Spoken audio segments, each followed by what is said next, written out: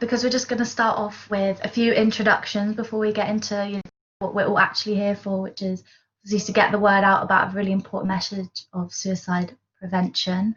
So before we get onto the brilliant speakers, I'm going to start off with telling you a bit about what Students for Global Health is. I'm going to pass you over to Tori, who's going to talk about Headucate, and then we have Charlotte, who's going to talk us through a suicide prevention fundraiser we've got going on. So in terms of Students for Global Health, I'm Helen. I don't actually know if I introduced myself, but I am the president of Students for Global Health at UEA.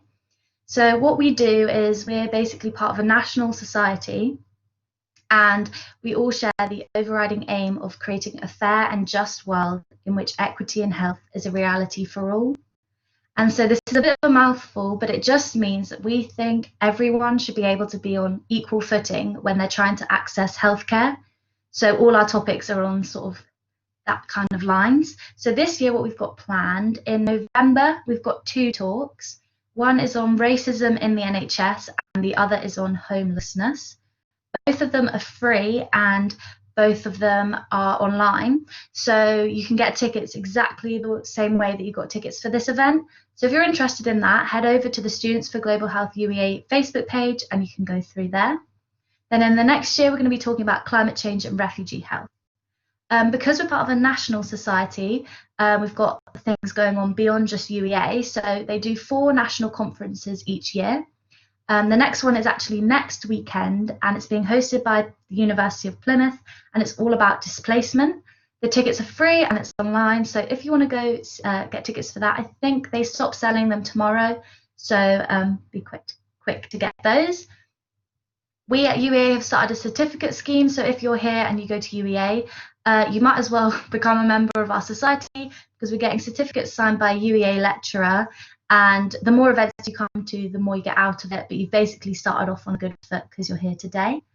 We've got a lot of other things going on, but you can find out more about that on our Facebook page, but we're always open to ideas, so let us know anything you want covered and I'm sure we can get it started. So that's all from me at Students for Global Health. So I'll pass on to Tori to talk a bit about Headucate. Thank you, Helen. It all sounds really interesting at Students for Global Health this year. I'm really looking forward to some of your talks. So yeah, for those of you who don't know, my name is Tori Selwyn. I'm a 4th year medical student at the University of East Anglia, and I'm also the president of Headucate for the 2nd year running. And I'm really, really glad to meet you all. Thank you all so much for coming. So for those of you that don't know, Headucate is the Mental Health Awareness Society of UEA, and we're also kind of, because we're affiliated with the Royal College of Psychiatrists, we're also kind of the Psychiatry Society for the university. What we have done for the past 8 years since we were first founded is we run workshops in schools, mainly secondary schools, about mental health awareness. And since lockdown and COVID, we moved all of our activity online to run wellbeing webinars for secondary students and also now for primary school students in collaboration with Teddy Bear Hospital Society. We also have a number of different things going on to do with awareness and fundraising. I think you're going to hear a little bit later about a joint collaboration that we're doing starting this weekend with Students for Global Health. We're also collaborating with UEA TV, the television station on campus, to do another 24-hour live stream mental health show. And we did it last year, but it's going to be bigger and better this year. We've had some endorsement from Stephen Fry, Greg James, Sean Wallace, and Bag of Chips. If anyone hasn't seen the videos, head to our social media and watch them because we're incredibly excited about everything that we're doing at the moment. We've also got Mind and Melanin 3.0. So it's an annual Black and Ethnic Minorities panel discussion with loads of different societies getting involved with representatives there. Yeah, we've got loads planned for next year as well, but if you're not already a member of Headucate, it's £3. If you go to the QR code under either our logos, you can join there and find out a little bit more about us, and you can also contact either of us on our social media for any more. For anyone that doesn't know, this event is being recorded, but your microphones and cameras are turned off, so don't worry. We're going to do a Q&A after both of the speakers, And the way that we're going to do that is you can essentially, if you don't know how to use Collaborate, there's a little button next to the moderators' names. And if you send questions to Misha or to Rashida, then they will be asking the questions to the speakers for us today. So yeah, I'm going to hand over to Charlotte to tell you a little bit about this fundraiser that we're doing. Thank you, Tori. So I'm Charlotte. I'm from Students for Global Health. I'm just going to briefly talk about our fundraising event, which we're doing for CALM, which stands for the Campaign Against Living Miserably. So Students for Global Health and Headucate are joining CALM in their Lost Hours Walk, which is an annual event they run. But this year they can't run it the way they normally would, so we're all doing it separately in teams. And we're going to do it because we want to remember those who we've lost to suicide, encourage people to talk about and reflect on their mental health, and to end the silence around suicide in the UK. We've chosen to walk a total of 125 kilometres as a team in memoriam of the 120 people who die by suicide each week in the UK. Due to COVID, we all have to walk separately, so you can do it individually or you can do it in a group in a maximum of 6. And we're running it from this Saturday, which is World Mental Health Day, to the next Saturday, so any time over that week. If you'd like to join our team, there's a link on the email which you received with your tickets that will take you to our page. You can sign up there. It's really easy to take part. Basically, you just go on a walk and you just have to send us the evidence. So we'd really appreciate if you'd like to join the team, and also any donations that you feel that you're able to give. It all goes to the amazing charity CALM, and they really appreciate any support. So you can donate via the same link in the email, but they're also on our Facebook page and our Instagram pages as well. So if you have any questions about the event, please feel free to contact me or anyone on the committee for either societies, and we'll be able to answer them. There's loads of information, like I said, on our Facebook and our Instagram pages as well. So thank you very much. I'm now going to hand over to Helen, who's going to introduce our first speaker. Great, thank you, Charlotte. So yeah, that's our fundraising event. I saw that Tori put the link in the chat if you want to look at that after the event. Any donations would be really appreciated. They all go to the charity. But moving on from Students for Global Health and Headucate and on to what we're all here to hear about, I have the absolute pleasure of introducing our first guest speaker, Dr. Chloe Beale. We are so fortunate to have her here today to talk to us, as she has so much experience in the field. She works as a consultant liaison psychiatrist at the Homerton University Hospital, and she's also the suicide prevention lead for the East London NHS Foundation Trust. She'll be focusing on opening up the conversation about suicide, particularly from her healthcare experience, and also how we can all start to ask the difficult questions to break down the stigma. As Tori said, if you have any questions throughout the talk, just message one of the moderators, and we're going to be leaving all the questions till the very end. So don't worry, they will be answered. And as always, no question is a silly question, so type it away, feel free to ask. So I think that's everything we have to say. I can see Dr. Beale's ready to go. So thank you, and if you'd like to take it away. Thank you. I hope that, oh, sorry, my slides just disappeared. I hope that everyone can hear me all right. 1 second. It's never simple, is it?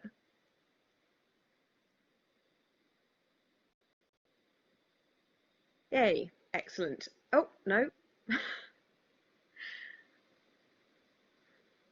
So I'll start talking anyway. I assumed tonight that I was going to be talking largely to medical students, but I can see from all of the people joining that it's a more diverse group than that, which is fantastic. I hope that it's not going to come across as too doctor-centric, and that the things that I'm going to talk about are applicable to everybody.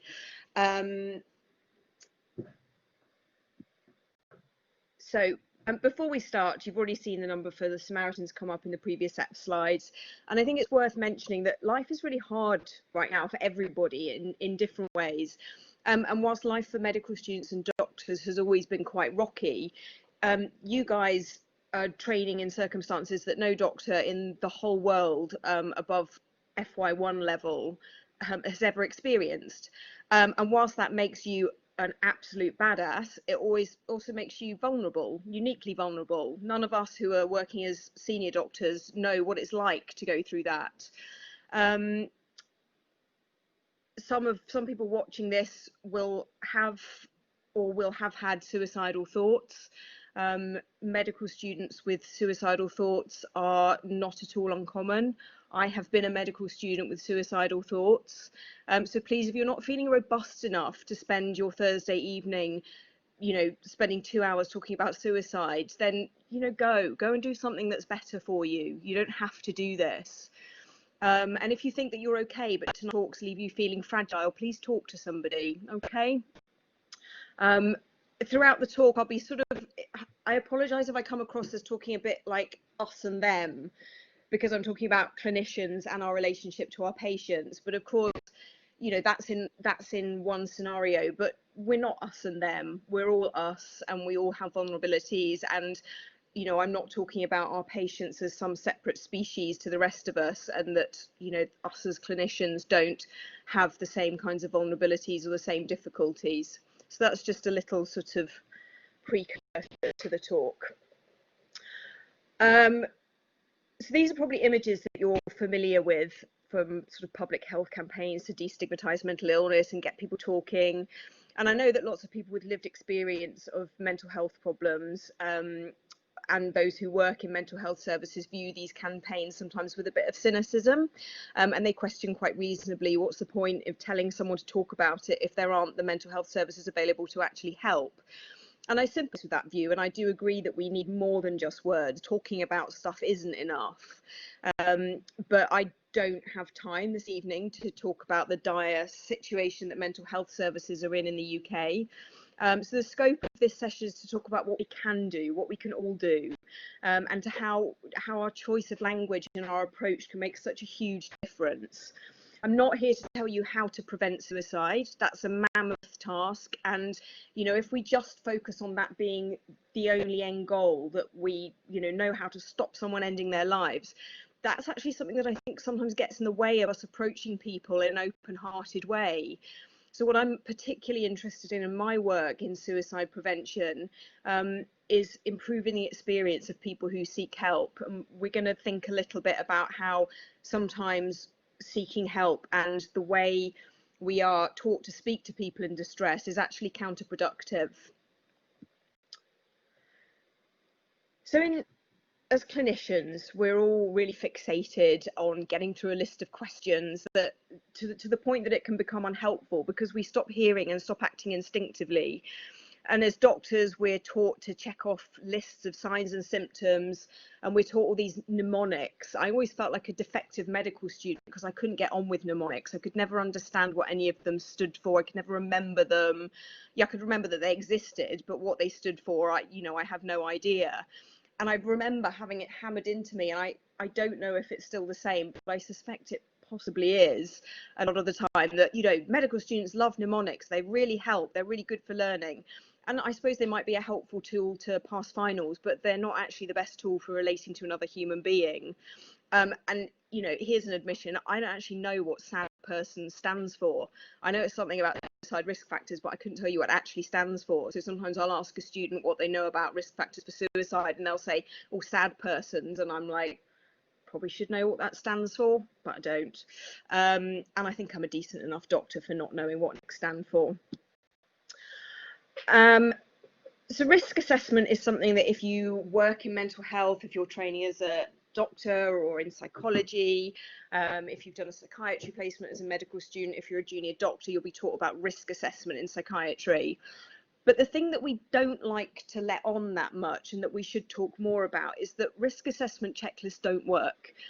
They are really, really crappy tools at predicting whether somebody's actually at risk of suicide, to the point that all of the organisations who know about this stuff recommend against them and tell us not to use them. The Royal College of Psychiatrists has recently released a report on suicide and self-harm in adults, in which they say things like using terms like low risk and high risk is essentially meaningless. is open to misinterpretation, and it's unsafe because we falsely quantify people's risk and actually miss all of the nuances and the individual factors in that person's life.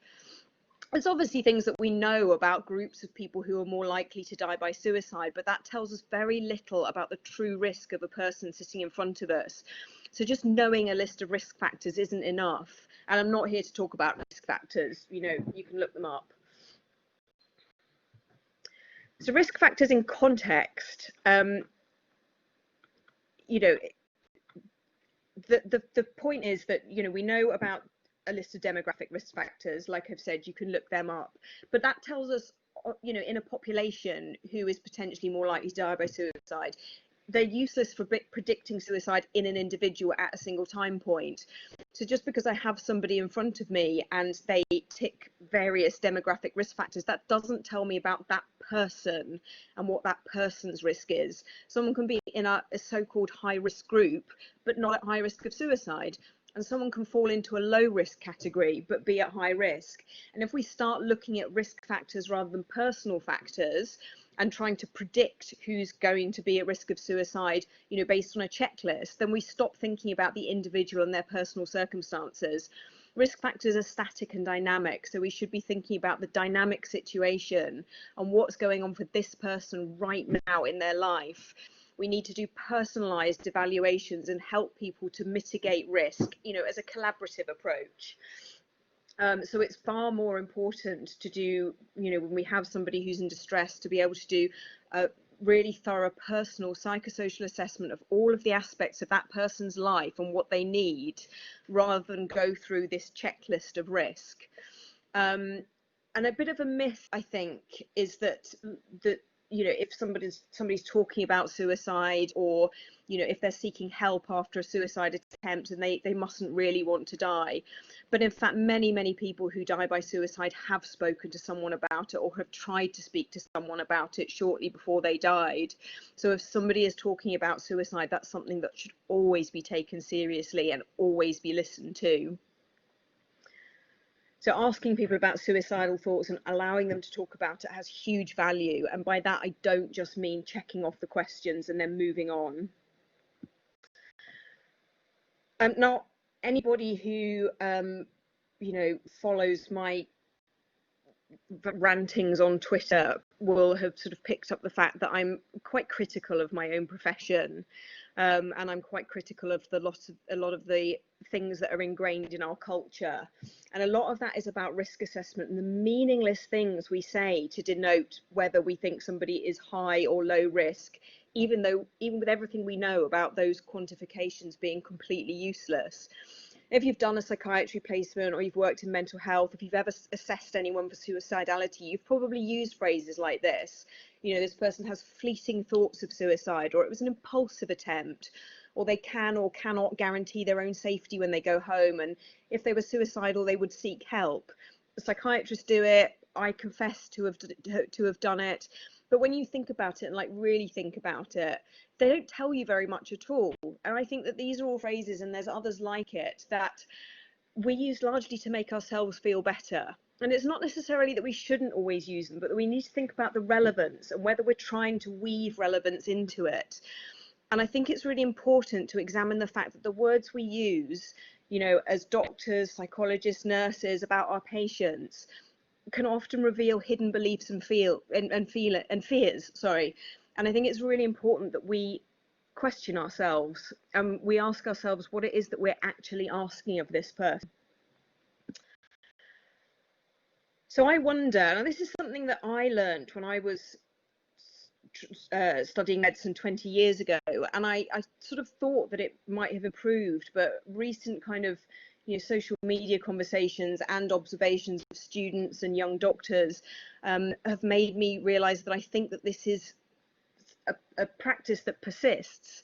I wonder if you've ever been told to signpost in this way, to say to a patient before you ask about suicide, this is just a question I have to ask everyone, or this is just a screening question. And you might have been asked to signpost in this way about other sort of supposedly embarrassing things like sexual history or whatever. And and if you've been told to signpost in this way, I'm sure it will have been in the name of normalizing it. You know, someone's told you that, you know, you have to make people realize that, you know, this isn't something weird to ask. This is just something you ask everyone. But I suppose I'm here to piss off your communication skills tutors, because I would say that these questions, they might normalize the question, are you feeling suicidal? But they absolutely do not normalize the answer. So I think that if somebody is asked, and certainly this is my experience and this is what I feel, having been, you know, on the side of being a patient as well, if somebody asks, you know, this is just a screening question, or this is just a question I have to ask everybody, I think what that translates as, well, this is just something I ask everybody, so I'm not thinking specifically about you. Or this is just a screening question, you know, the subtext to that is, I'm not expecting you to say yes. For God's sake, please don't say yes. I think that people hear, I'm uncomfortable asking this, I want to move on quickly. This is just a question I have to ask, but I don't want to ask it. You know, I think saying this is just a screening question, apart from the fact that lots of people don't really know what that means because they're not medical professionals, I think that that says, you know, this is just a screening question. Obviously, you're not going to say yes. That would be weird. Don't worry, I have to ask everyone this, but obviously you're not going to say yes because you're not one of them. I think these really well-meaning sort of signposting phrases actually just further stigmatize stuff that we should be able to talk openly about. You know, suicide is something that we should not display our own discomfort in asking about. You know, and really, is it just a question you ask everybody? I mean, you know, do you screen someone for suicide when they've dropped into their GP to ask about their hemorrhoids? You know, I suspect probably not really. You know, I think it might be reasonable to signpost like this if the thing you're asking about really is something vanishingly rare. Like, I think if you've got someone with acute pancreatitis and you've excluded alcohol excess and gallstones, you might say, this is just a question I have to ask, but have you recently travelled to Trinidad and been stung by a scorpion? You know, but suicidal thoughts are not vanishingly rare, and we need to not be embarrassed to ask about them. So I think if you take something away from this is, please stop saying this is just a screening question or this is something I have to ask everyone. Because I think that this perpetuates the idea that there are some things which are embarrassing and weird and nobody wants to talk about them, especially not us as clinicians. And I think, I mean, how would you feel if you were going to see a doctor, a psychologist, a nurse, if someone told you that this was just something they had to ask everyone? Would you feel comfortable opening up about it? Would you be comfortable telling them something that you haven't been able to tell anyone else? I think that it doesn't normalise it. It shows that there's no room for discussion, and it shows that we see a positive answer, a yes answer, as something abnormal. And it's not. You know, suicidal thoughts are not unusual.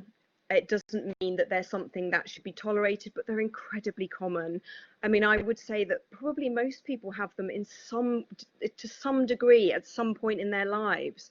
That doesn't necessarily mean that everybody, you know, is tremendously troubled by them, or everybody has mental disorder, or everybody's going to be at significant risk of suicide. But, you know, like I said, there are people, I guarantee there will be people in this audience watching this right now who have had suicidal thoughts. You're being spoken to by two speakers who have had suicidal thoughts. They're not unusual. But it doesn't mean that suicide is inevitable. It is not. It is preventable, and it doesn't mean that people have to suffer and live with these things. But it does mean that we need to get used to asking about it and asking about it openly, because this is not some weird rocking horse shit rare, you know, condition that you're probably only going to see once in your medical career. You know, this is usual stuff. So it's not that signposting is wrong in itself. And of course, you're going to take people by surprise if you just, you know, suddenly out of nowhere say, are you thinking of killing yourself, with kind of no warning? But I think that you have to signpost in a more intelligent way, and you have to show that you're confident and comfortable asking the question in order to inspire confidence and comfort providing an answer. I think that in tiptoeing around this subject, we're treating people as clinicians, we treat our patients as if we're terrified of them. Like we have to handle with extreme caution and tiptoe around and sort of say, oh, sorry, I know I'm going to offend you by saying this, but oh, this is just a question I have to ask everybody, but please don't, you know, detonate or leak hazardous materials all over the floor. I think it's possible to be compassionate and straightforward. You know, you don't have to be scared asking these questions. Asking about suicide is not something to be scared of. Be kind, but be straightforward. Suicide is not a dirty word. You're not going to make someone end their life if you ask them about suicide, but you might leave them unable to talk openly if you don't ask. And you have to ask yourself, how can someone speak their darkest truth to you if you're scared to even say the words? You are not going to give somebody ideas. You are not going to cause somebody's death. You're not going to offend them if you ask nicely. You're not going to give yourself sole responsibility for doing something about it and making it better. But you might provide the turning point in somebody else's life. This is a artist who you might be familiar with, who writes the webcomic Hyperbole and a Half. This is from a section of her comic where she talks about telling people that you love that you're depressed and suicidal. And in this little bit of the strip, she's talking to her mum, and you can see that, you know, her mum, as is the case when you tell somebody who's, you know, has a relationship with you, if you tell them that you're thinking of ending your life, they're upset. They're devastated. They might ask you for reassurance. These are all kind of quite natural reactions. And you can see from this that she ends up trying to reassure the person. She's the one who's unwell and feeling like life is no longer worth living. But the response from the other person is such that she ends up trying to reassure and trying to make it better. Now, you know, that's kind of to be expected, I guess, if it's somebody who's close to you and in your life, but it shouldn't be like this with professionals. Now, I'm not saying that if a patient comes to see us, we, you know, start crying if they tell us that they're suicidal, but they do end up reassuring us. And it shouldn't be for the suicidal person to try to make us as clinicians feel better. But honestly, that's what happens, I think. And I'm not just hypothesizing here. You know, I talk to people with lived experience of being suicidal. I've drawn on their expertise in order to shape my own learning and teaching. And what comes up time and again is that people find it understandably really frustrating and untherapeutic to be asked formulaic questions. You know, people know what's happening. They know when they're being subjected to a tick box. You know, if you've ever been on the receiving end of it yourself, which many of you will have been in various scenarios, you know what happens, you know what's going on, and you know when you're not actually being listened to and you're being treated as a set of symptoms or a piece of work to be got through. And people know, they say it's the fear that comes across. They know that the person who's asking the questions is terrified about what they might say and that then they might have a responsibility and have to do something about it. But people need to be able to talk openly about it. And we need to be able to give them that space without showing our fear. So I suppose, why do we do it? You know, I imagine that lots of people are looking at this and you know, nodding and understanding and, you know, probably agreeing with me. Excuse me. And it, you know, it probably seems obvious. You know, this is not rocket science that I'm talking about here. This is kind of obvious stuff. And yet still we do it. The reasons why, I think, we learn it from others. You know, we go through our careers, you spot somebody doing something, somebody says, you know, signpost in this way, and then so it goes on and so it goes on. I would say that, in short, doctors as a profession are not really amazing at dealing with uncertainty and other people's emotions, to be quite frank. I think that in medical training, we are taught to be sort of checklisting mnemonic machines. And then, to be honest, a lot of the time we get communication skills teaching us to make empathic statements like robots. You know, the number of people I've seen staring at their feet going, I can see that must be very distressing for you. Like, who says distressing in real life? You know, sometimes it feels like this teaching is designed to actually beat human instinct out of us. And like I said, this is based on my experience of training 20 years ago, but the fact that I still see this stuff happening suggests to me that we haven't really moved on. So we fear blame, and particularly in psychiatry, you know, we are the ones who are mostly dealing with people with suicidal thoughts, and we are terrified that something bad is going to happen, it's going to be our fault. We therefore want to justify our decisions, and so we use false quantifications of risk in order to reassure ourselves, to manage our own anxiety, to justify why we're doing things. And ultimately live in a really uncertain world, and we all like a bit of certainty and a bit of grounding, and we're trying to falsely reassure ourselves that things can be certain.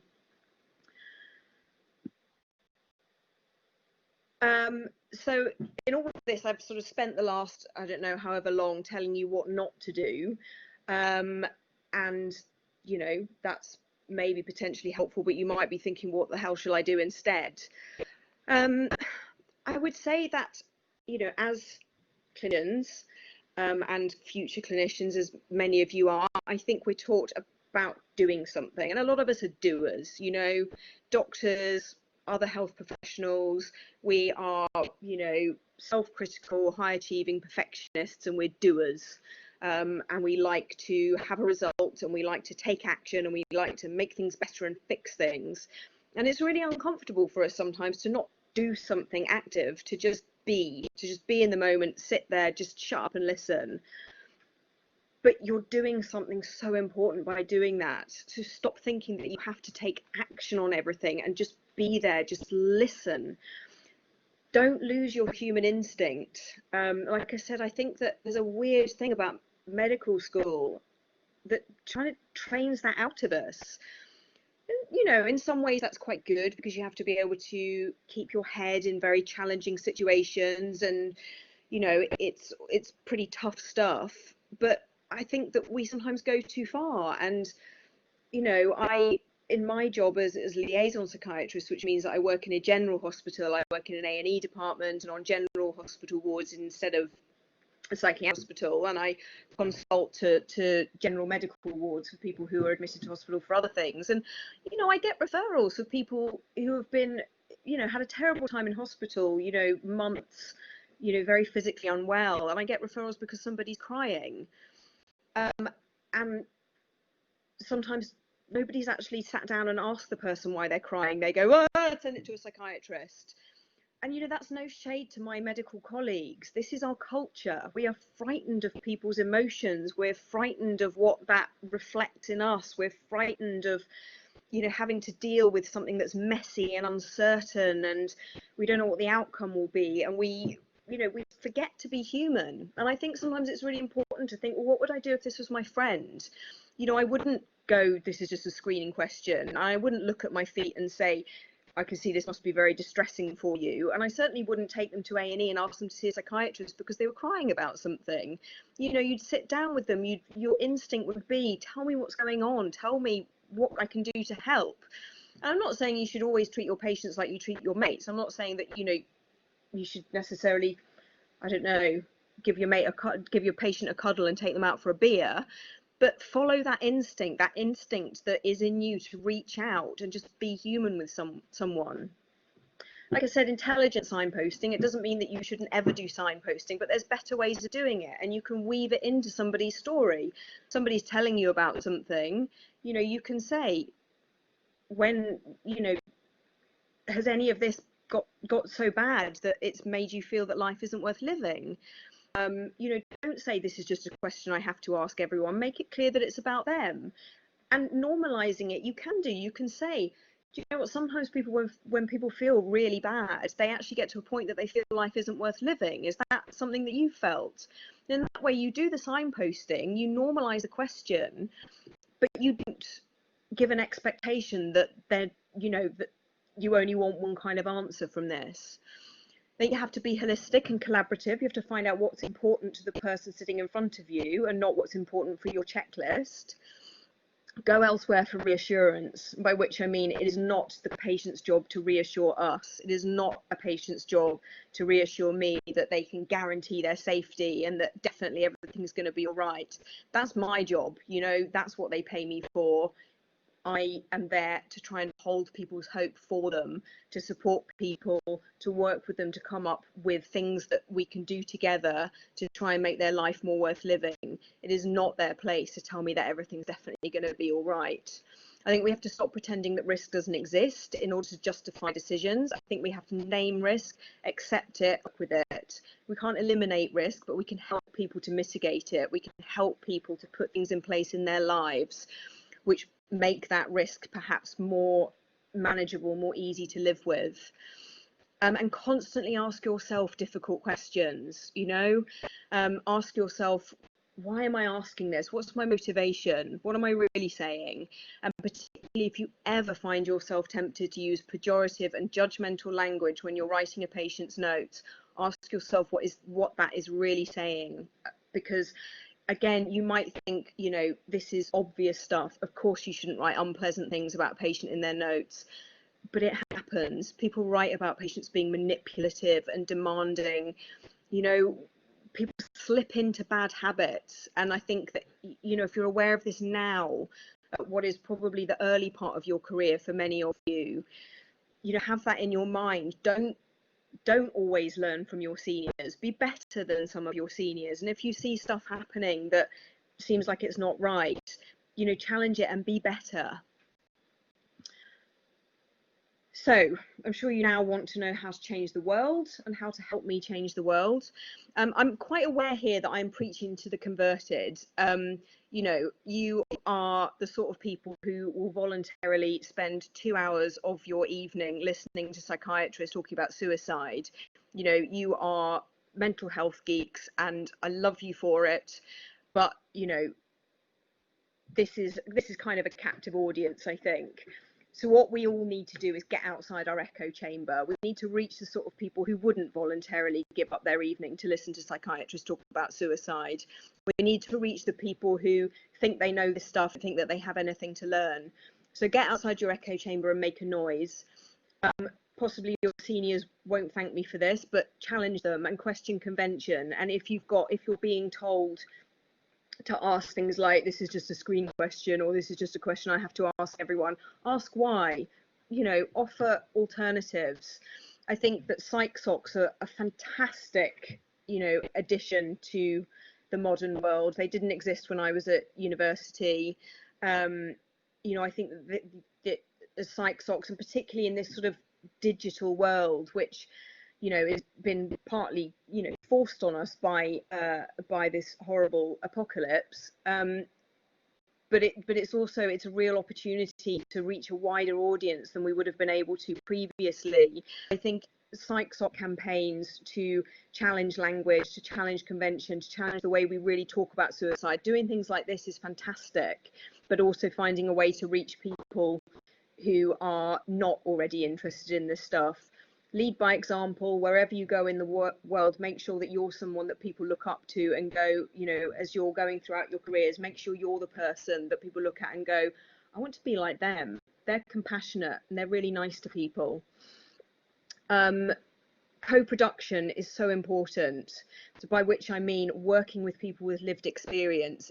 Everything you do when you're producing any kind of training or teaching or strategy, everything you do to try and change the world needs to be in partnership with people with lived experience, because actually it's the voices of the people who, you know, have been on the receiving end of some of this crap who really need to be heard. And sometimes, again, medical school and other clinical teaching can become, you know, it can be very scientific, and I think that there's no greater impact than actually really hearing the human stories behind everything that we're doing. And again, I think that we get trained to, you know, dehumanize our patients to a degree. So anything you do, like events like this in the future, any training, any events that you do, always think about co-production, and not in a tokenistic way, you know, not just representation, but co-production, working side by side with people. And I think that this needs to be done through various channels. So you can take it to official channels, you can, you know, sort of challenge things within your medical schools, within your institutions, but social media, you know, is a fantastic tool. you know, it's an amazing way of getting the word out, of reaching people. You know this, and other media as well. You know, write articles in mainstream papers. You know, be creative, get yourselves out there in different ways. You know, I guess you know, what you're doing here is incredibly impressive, and again, you know, nothing like anything I would have achieved at medical school. So in a way, I'm sure I'm being immensely patronizing and telling you stuff that you're already way ahead of me on. But you know, there we have it. I can only apologize if that's what I've done. And that's it from me, I think. I hope I have not gone over time particularly. And I will hand you back, and I will stick around and be happy to take questions at the end of the whole session.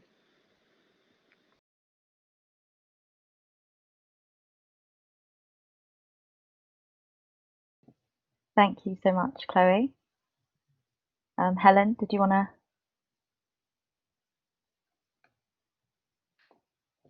Yes, sorry. So thank you so much for that talk. It was really, really interesting. As you said, we're doing the questions at the end, so keep them coming in if you think of them at any point.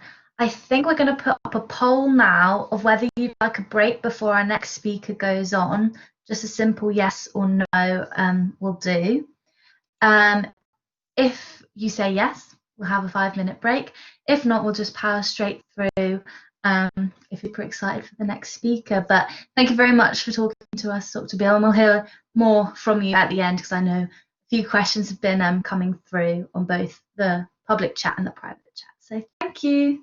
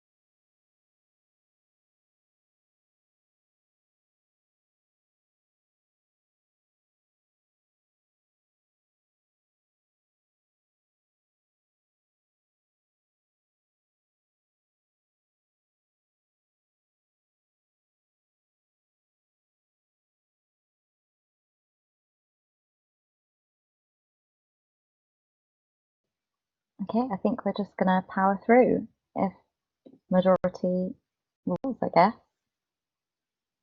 Thank you to all that did vote. So, yeah, thank you so much, Dr. Chloe Beale, for that. That was really interesting, especially from the perspective of a medical student.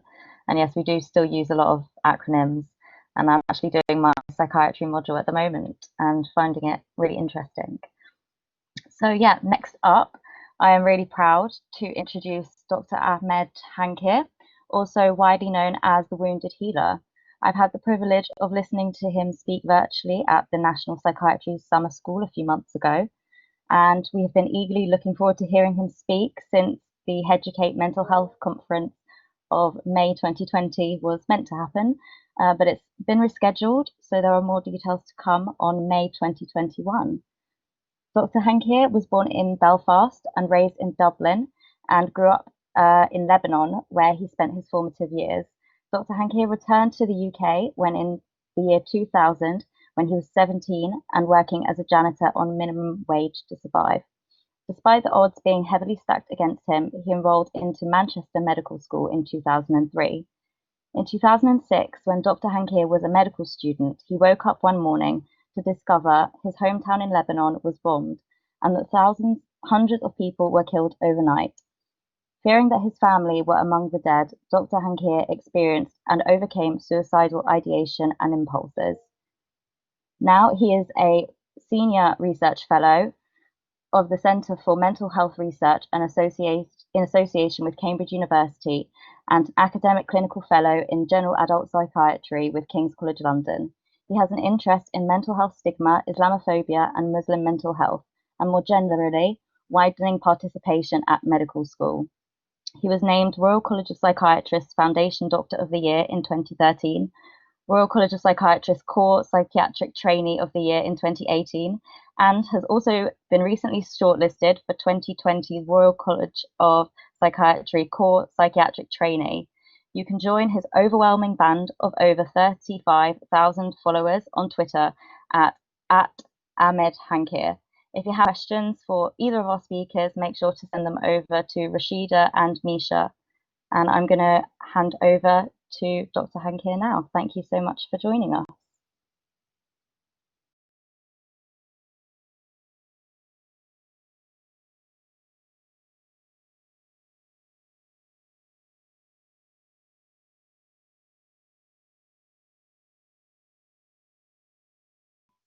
Oh, I'm not very tech savvy. Can you hear me? Yeah. Oh, you can hear me.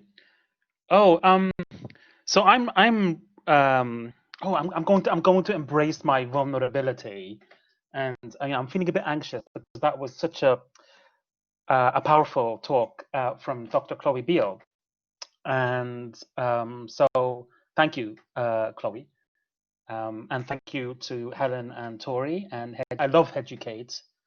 I absolutely love you guys. You guys are like amazing, and the students for Global Health. And what a kind introduction. I'm feeling very lyrical, by the way. Living is a miracle, so I might just kind of burst into song, if that's okay with everyone. So yeah, you know that song by Journey, Just a Small Town Boy. I'm just a small town boy. I'm just a humble slumdog. That's all. Right. Yeah. So okay. So oh right. Okay. So there are no slides, no script, and very little structure. But that's okay. That's okay. It's just going to come straight from the heart, these words, an unadulterated stream of consciousness. And I hope you don't mind about that. So back in Lebanon, we say what comes from the lips, which is the ears, but what comes from the heart, which is the heart. So this is coming from the heart. And I really want to emphasize, I think we need to embrace our authenticity, our vulnerability, to have kind of meaningful connections with our patients and with our colleagues and with society. I recently tweeted about this. Apparently, there was a survey. It was conducted on the general public. 50% of respondents don't feel comfortable sitting next to a psychiatrist in a party. Would you believe it? So, as Chloe was saying, social media provides a fantastic platform to engage with the public, so that we can demonstrate that we are the life and soul of parties. So the recurrent theme is vulnerability. Do we get like a show of hands? Anyone seen that TED talk by Brené Brown? Yeah, the power of vulnerability. Yeah, I would highly recommend. It's a popular one, isn't it? Yeah, so I'd highly recommend that you view that talk if you haven't already. I'm going to quote a fellow wounded healer in the US, Dr. Adam Hill. He's also on social media, and he has living experience. No, I'd say lived experience because the addictions part is behind them. So he used to consume excessive amounts of alcohol to cope because reality can be overwhelming. So I'm going to quote him. Sorry. So he used to drink excessive amounts of alcohol because reality can be overwhelming, and drinking alcohol can be a means of escapism. Okay. And he said that when he was honest, open, and proud about his living experience of mental health difficulties, many other people also wanted to share their living experiences with mental health difficulties. Enough of us to start a cultural revolution.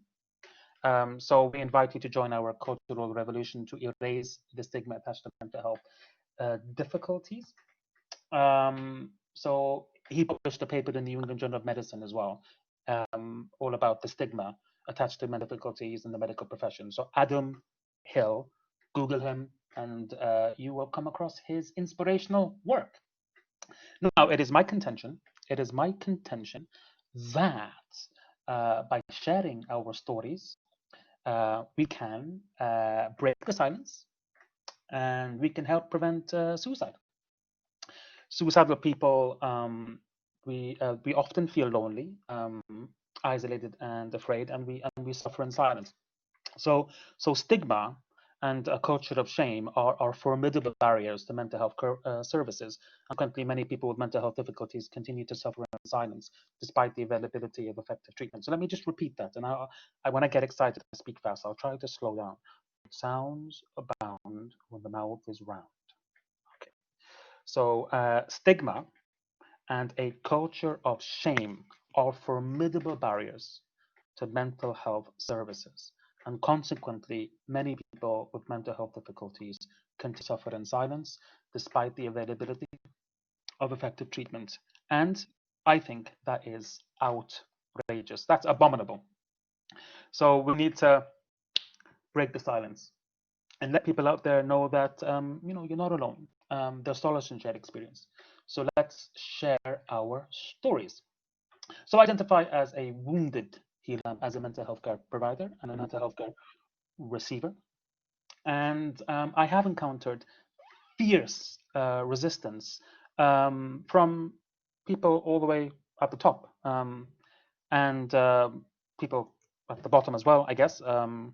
But I'll talk a bit more about that, the kind of the hierarchy, and which I loathe, which I oppose, and also the hidden curriculum as well. And I'll kind of share my thoughts as to why people might mount resistance when I'm kind of being honest and open about my living experience of mental health difficulties. They have this kind of this them and us approach, and they might feel threatened because there are kind of power dynamics, especially in psychiatry. So I find that watching films and reading literature, it helps me to understand the world better. So there will be plenty of references to film, literature, and quotes in this talk. And I'm going to start off with a film called Wild, Oscar Wilde. I don't know, it's an old film, like I think late 1990s. Maybe a show of hands. Anyone ever heard of Oscar Wilde before? Irish playwright. Yeah. Okay. Irish playwright and poet. Okay, that's good. Fantastic. So it is a British biographical film based on the Pulitzer Prize winning biography of Oscar Wilde, starring Stephen Fry, a national treasure, in the title role. So at the height of Wilde's fame and success, and this is while the importance of being earnest was still being performed in London, he prosecuted his lover's father, who was an obscenely wealthy aristocrat. His name was Lord Alfred Douglas. And so the Liberal trial unearthed evidence about Wilde that caused him to drop his charges against his lover's father, and led to his own arrest and trial for gross indecency with men. He was actually imprisoned for a couple of years. So back then, in the late, I think it was the late 1800s, homosexuality was still criminalized. And so he was imprisoned, as I mentioned, for his gross indecency with men. And there was a really powerful scene that I want to share with you. So he was in a restaurant, right? And he was sat in front of his lover's father, who opposed the kind of the relationship that Wilde had with his son. And Wilde had this kind of, he was like a genius, right? He had this kind of exceptional knowledge of the classics. And he was describing Christianity, because back then British society was not as secular as it is now. And he was describing Christianity to his lover's father. And he said that, Catholicism is a romantic religion. You have all your saints and all your sinners. And it provoked me. And because I comment in my talks about the power of film and something called cinema therapy. So films contributed to my recovery. And so when I was watching that film, it provoked me to kind of think about the relationship between psychiatry and religion, which is kind of acrimonious, to say the least. And I'm currently co-editing a textbook all about Christianity and psychiatry. I've co-edited other textbooks about anti-Semitism and psychiatry and Islamophobia and psychiatry. And unfortunately, religion can be a risk factor for suicidal behavior, but it can also be a protective factor against suicidal behavior. And we recently received a chapter about how, for example, some denominations in Christianity, in some part of the world, they would refuse to bury the bodies of those who have died by suicide. So I think this is kind of just something to comment on, and I will be kind of coming back to that because I do have an interest in religion and psychiatry. And so basically, okay, so let's go back to the film, right? Okay, so he was in the courtroom, Oscar Wilde, and the lawyers were saying to him, "You have been promoting immoral thoughts." And being the genius that he is, Oscar Wilde, who was representing himself, he said, "There is no morality. There is no morality in thought," and it really made me think. You know, so suicidal ideation, suicidal thoughts, are they? Is there anything wrong? Is it immoral to have suicidal thoughts? How about vocalizing suicidal thoughts? Is that right or wrong? Is that immoral?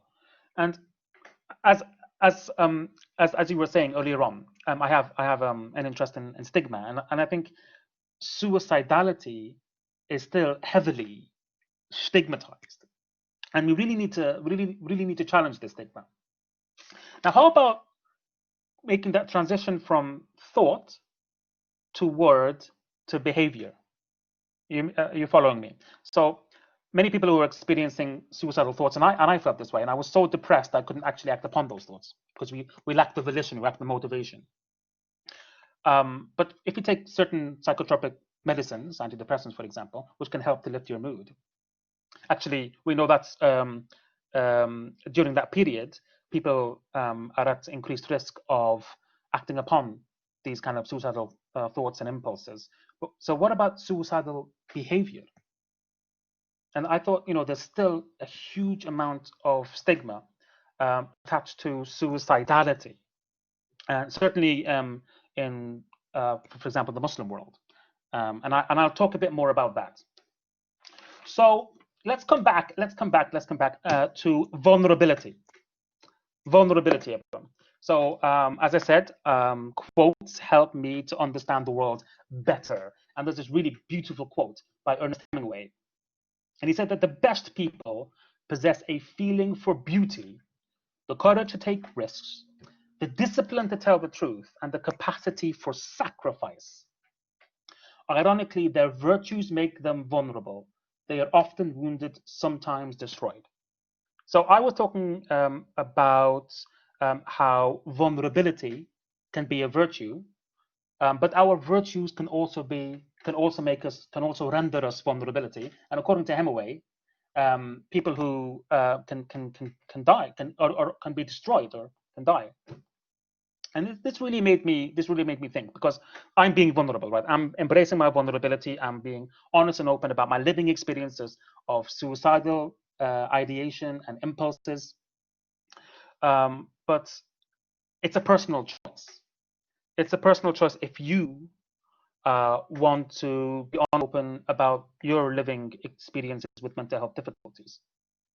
And I think we do need to be careful. I think we do need to be selective. People ask me, what's the definition of a friend? And I think a friend is somebody that you can be vulnerable with. I feel that I have a safety net. And it was very kind of Helena to mention that I've received these awards from the Royal College of Psychiatrists, because I feel like I can fall back on those. So usually there are so many myths about people who have mental health difficulties that abound, and one of them is that we'll never amount to anything in life. That we are a drain on society, and so people are quite confused when they know that I have living experience of mental health difficulties, and I have these awards from the Royal Psychiatrists, which mark the highest level of achievement in psychiatry in the UK. They look confused because they can't reconcile their preconceptions and the reality, the facts. And so I feel like I have that to fall back on. So I think at your stage, it might be something that I would definitely discuss it with a person you trust and that you can confide in, like a role model, or a mentor. There's actually some guidance as well. It's called the Honest, Open, and Proud manual, which, as I said, will provide you with guidance about if you should be honest and open about your living experience with mental health difficulties. So, for example, it's as I said, it's a personal choice. Far be it from me to impose my approach on anyone, but I found it deeply therapeutic and cathartic and empowering. Sometimes I joke when I deliver my Wounded Healer presentation, which has been described as an innovative method of teaching that blends the power of the performing arts and storytelling with psychiatry. Sometimes I joke, who needs psychiatric drugs when I can deliver this performance every now and then? But there's some truth in what I'm saying. Just, like reenacting scenes from films, sharing my recovery journey. I find that empowering, therapeutic, and cathartic. But like I said, you can't be kind of naive or oblivious to the mental health stigma, which is still kind of permeating our society. It's not as bad as it used to be. I think, we've got a critical mass. We're starting to normalize these discussions, but it's definitely something that I think you should definitely discuss it with a role model or a mentor or someone that you can confide in. Okay, so we were talking about how vulnerability can be a virtue, how our virtues can make us vulnerable, how we need to be careful and selective about who we open up to, and how much kind of we decide to share. And I prefer sharing over disclosure, because disclosure has this kind of stigmatizing criminological connotations, whereas sharing, I feel, is, you don't disclose that you have a history of mental illness. You disclose that you might have a criminal record, but there's nothing criminal, about suicidal behavior or having mental illness. So hence why I prefer the term share over disclose. Right. Okay. So back to how amazing Chloe's talk was.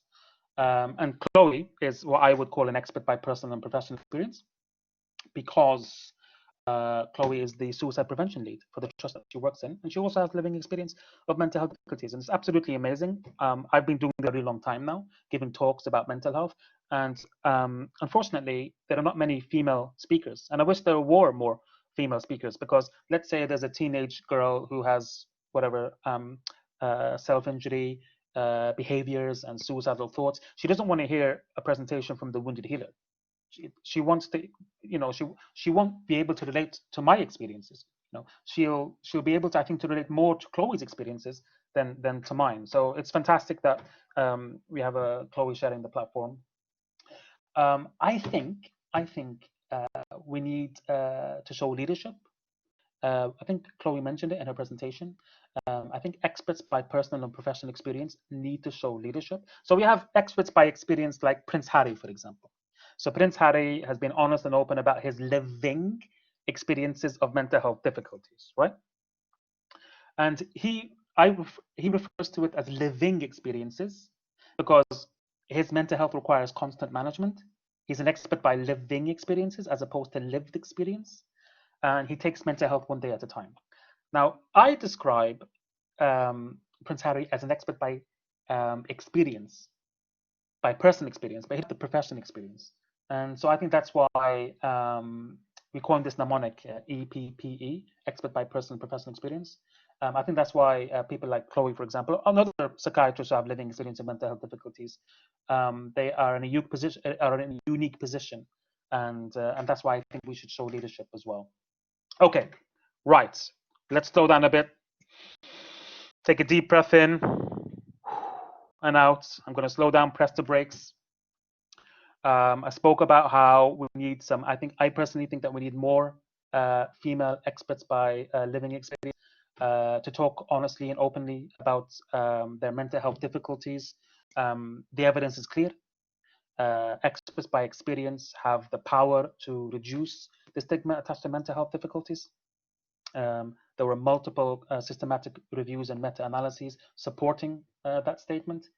But what is leadership? What is leadership? So I'll share some more reflections on what leadership is. My personal opinion of leadership. So I think leaders need to be excellent listeners. And unfortunately, our kind of current leaders, you've seen whatever these debates, these presidential debates or whatever, on the other side of the pond, Biden and Trump, and even here in the UK, I think our leaders are not good listeners, and consequently, the public have kind of lost whatever faith in them, don't trust them. I think to emphasize leaders are good listeners. Okay, I'm going to refer to Marilyn Manson. Some of you might be thinking, why is Ahmed referring to Marilyn Manson? Okay, do you know about the Columbine massacres? Can I get a show of hands? Yeah. Oh, Sarah, you're with us. Hello, everyone. The Columbine massacres in Colorado, right? Okay, so there were a bunch of youth who tragically they went on. I think they went on this kind of shooting spree. It was a mass shooting, multiple homicides, and then they ended up dying by suicide themselves. And Michael Moore created this documentary called Bowling for Columbine. And so Marilyn Manson, who I think politicians, psychiatrists, they might be like dismissive towards him. They might, there might even be whatever derogatory towards him. And I'll never forget something that Marilyn Manson said when he was being interviewed by Michael Moore. Michael Moore asked him, "What would you say to those youth? What would you say to them?" And Marilyn Manson said that I wouldn't say a word to them. Actually, I would listen to them. I would listen to what they have to say, because there is so much pain in society, and especially in our youth. And I thought that was really powerful, and I'll never ever forget that. And I like to share, the anecdote with you all. And I'll also share this. I think many of us, we don't listen with the intention to understand. We listen with the intention to respond, and that I don't think that's true listening. So maybe that's a take-home message that you will kind of reflect on. The power of listening, and you need to take full advantage of that power. And we should have the intention not to respond, but to understand. So we spoke a bit about leadership. Right. Okay. I like to think this is the moment you've all been waiting for. I'm going to signpost my recovery journey from impoverished and suicidal and hopeless service user with mental illness to Royal College of Psychiatrists award-winning doctor. But I really want to emphasize that the two are not dichotomous. And I keep on saying living experience, because to emphasize mental health requires constant management. So because I got some feedback on this about this on Twitter, and people said you might want to revise the title. And like I said, to be a good leader, you have to listen. So I'm incorporating the feedback that I received. Okay, so Helen and Tori kind of mentioned that I was born in Belfast, and I just wanted to share a quote with you, right, by Malcolm X. Okay, here it is, beautiful quote. Malcolm X. "Why am I as I am? To understand that of any person, his whole life from birth must be reviewed. All of our experiences fuse into our personality." So that's including adverse childhood experiences, for example. "Everything that ever happened to us is an ingredient." Okay. So I thought that was a really powerful quote by Malcolm X that deeply resonated with me. And he said, I'll just repeat, his whole life from birth must be reviewed. Actually, there are things that happen before you were born that have an impact on your psychological well-being, and whatever your destiny in life. And so before I was born, my parents migrated from Beirut to Belfast. This was during the 80s. And my mom, she said it was like jumping out of the frying pan and into the fire, because there was a brutal, bloody civil war raging in Lebanon at the time, and this was during the troubles in Lebanon. And that really kind of shaped, like I said, my destiny, because I was born in the UK. I have a British passport, so education here is a birthright, and that's not something that we can take for granted, because it's not a birthright in many other parts of the world. I was really fortunate to get that decent shot at life. But I kind of slipped through the cracks. So what happened was I was born in Belfast, raised in Dublin, and this was during this is in the 80s, so I got both British passport and the Irish passport, which is really convenient with all this, with Brexit. So I'll still still remain a member of the European Union. Then I moved to England, and then in 1995 went back to Lebanon. My mother was getting homesick, which is understandable because my mother's, parents, her family, her whole life was in Lebanon. So we returned back to Lebanon, and this was in the aftermath of the brutal and the bloody civil war.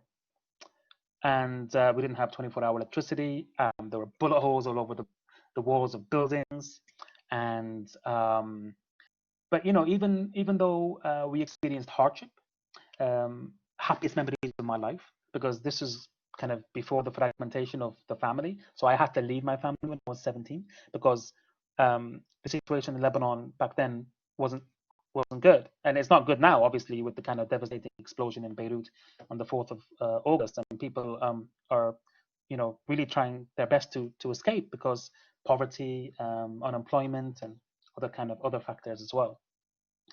But like I said, happiest memories of my life, 95, 2000, formative years, basking in the unconditional love that my parents had towards me. I came to the UK, 17 years old, and my first job was working as a janitor, cleaning floors at minimum wage. I was also working in Marks and Spencer, stacking shelves, from you can't see in the morning until you can't see at night. And I was doing like 60, 70 hours a week just to survive, just to put a roof over my head and food in my stomach. And I felt melancholic, derive comfort from the immediate presence of my family, and I was looking at other people my age as well. And many of them were living with their parents, many of them were preparing for their A-level exams, and so, like I said, I felt melancholic, but I was aware that I had been given a decent shot at life, and I just had to stay focused and work hard. I enrolled into a sixth form college. Head of the sixth form at the time asked me, "What do you want to study?" I said, "I want to study medicine." She laughed at my face, and she made me feel like I was this dirty little immigrant with delusions of grandeur. It was a horrible feeling, and I was quite a confident guy, right? But her pride was so palpable that whenever we would walk in opposite directions in the corridor, I would lower my gaze on the floor. That's how palpable her pride was. And I continued to work full-time hours to sustain myself, which was a constant threat to securing the grades necessary to matriculate into Manchester Medical School. But something astonishing happened on the day that the results of the exams were released. The head of the sixth form, she had her gaze fixed on the floor, and I got straight A's. I got 100 out of 100 in my exams. So that was a moment for me. So I get into Manchester Medical School. Okay, so in 2006, I woke up one morning to discover that my hometown in Lebanon was bombed and that hundreds of people were killed overnight. And my world just turned upside down. I mean, I felt powerless. I saw harrowing and horrific images of dead and dismembered bodies strewn on the streets. And I developed a severe episode of psychological distress. And I discovered how utterly beholden we are to the power and mercy of our minds. However, debilitating though the symptoms of psychological distress were, the stigma was far worse, because I was stigmatized, I was dehumanized by people who I thought was his companions at the time. And in extremis, I was sinking deeper and deeper into the darkness. And I mentioned, how medical school can be a breeding ground for mental health related stigma, how, for example, this might resonate with some people here. People who are your closest friends, they might have like lecture notes or past papers, and they would kind of keep it to themselves. See, I never understood that. I see people kind of, I never understood that. And so I think that was also a factor that contributed to kind of making me vulnerable to developing psychological distress, because I fell out with these people who I thought were my closest companions at the time. Okay, so I'm a practicing Muslim. I don't mean to make anyone feel uncomfortable. I know Alistair Campbell said we don't do God. Anyone familiar with that comment when Tony Blair was Prime Minister and he was talking about his love for his faith? And I know that the UK is becoming increasingly secular, and I respect that. I respect all people, all faiths and no faiths. But as I said, I'm a practicing Muslim, and in Islam, suicide is forbidden. So I resisted the urge to act upon those suicidal thoughts and impulses. And I'm trying to, so I engage a lot with the kind of Muslim community, the Islamic societies in universities, and they say like Islam is forbidden, prohibited, and I believe that too, but it's a deterrent, right? It's what deters, in my humble opinion, and I'm not an expert in Islamic sciences, but by saying it is forbidden, it will deter us. It is a protector, right? And I really want to emphasize this point. Far be it from any mortal to pass judgment on anyone. And I think that's one of the things that we fear the most. People have mental health difficulties. I know I still fear it to this day. Being judged. It's a horrible feeling. It happened recently to me, and I don't ever want to make anyone feel the way I felt. And so I try to conceptualize it. I try to explain to people that imagine that you're on a field, right, and it's summer and there's pollen everywhere, and you have hay fever, and you say to that person who has hay fever, don't develop an itch, don't have a runny nose, right? These are the symptoms of hay fever, right? So in the same way that hay fever has physical symptoms, depression, common mental disorders, they have symptoms too, symptoms of the mind. So like saying to someone who has suicidal ideation not to have suicidal ideation, in my mind, is tantamount to saying to someone who has hay fever not to develop a runny nose or an itch or something. These are symptoms of the mind, and we need to be compassionate. For example, I'll share another example with you. So we know that the highest rates of doctors have high rates of suicide, double that compared to the general population. And when they are referred to the GMC, for fitness to practice, that's when kind of suicide rates spike. And usually doctors who have mental health difficulties, they don't feel like they're sick. They feel like they're bad. They're being punished. So instead of getting compassion and empathy and treatment, they feel like they're being punished. We need to definitely show people who have mental health difficulties who have experienced suicidal ideation more empathy and more compassion.